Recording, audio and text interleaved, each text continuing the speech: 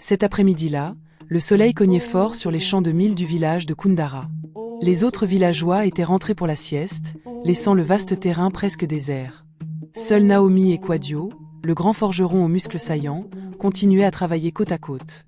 Quadio ployait sous le poids de sa houe, faisant briller sa peau ébénée de sueur, tandis que Naomi, élancée et gracieuse, arrachait les mauvaises herbes avec une légèreté presque dansante. Elle s'approcha de lui, un sourire malicieux aux lèvres, et posa sa houe contre un rocher. Le vent chaud jouait avec ses tresses, et ses yeux pétillaient comme des étoiles dans la nuit. « Quadio » murmura-t-elle d'une voix douce et chaude comme le miel sauvage. « Tu sais que tes bras, quand ils soulèvent 7 houes, me font penser à des troncs de baobab, solides, puissants, irrésistibles. » Quadio rougit légèrement, mais continua son travail, essayant de cacher son trouble. Naomi se rapprocha encore, jusqu'à ce que leurs ombres se touchent sur la terre rouge. « Et cette sueur qui coule sur ton torse ?» continua-t-elle en effleurant du regard les gouttes qui scintillaient, on dirait des perles précieuses sur une statue vivante. « Dis-moi, grand forgeron, est-ce que tu frappes le fer avec la même force, partout ailleurs ?» Elle rit doucement, un rire cristallin qui fit lever la tête à quelques oiseaux dans les arbustes voisins. Quadio s'arrêta net, là-haut en l'air, et la regarda enfin dans les yeux. « Naomi, tu joues un jeu dangereux avec tes mots ?»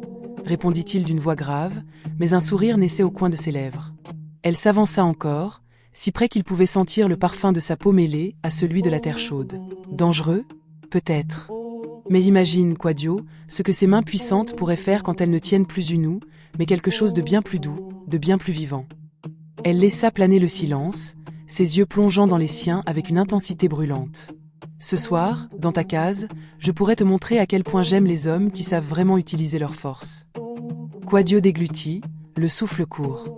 Naomi posa alors délicatement sa main sur son avant-bras musclé, juste une seconde, assez pour qu'il sente la chaleur de sa paume. « Viens me rejoindre quand la lune sera haute », souffla-t-elle en reculant d'un pas, son sourire toujours aussi envoûtant. « Et on verra si le grand forgeron est aussi habile avec le feu qu'avec le cœur d'une femme. » Elle reprit ça ou comme si de rien n'était, mais son regard lançait encore des étincelles.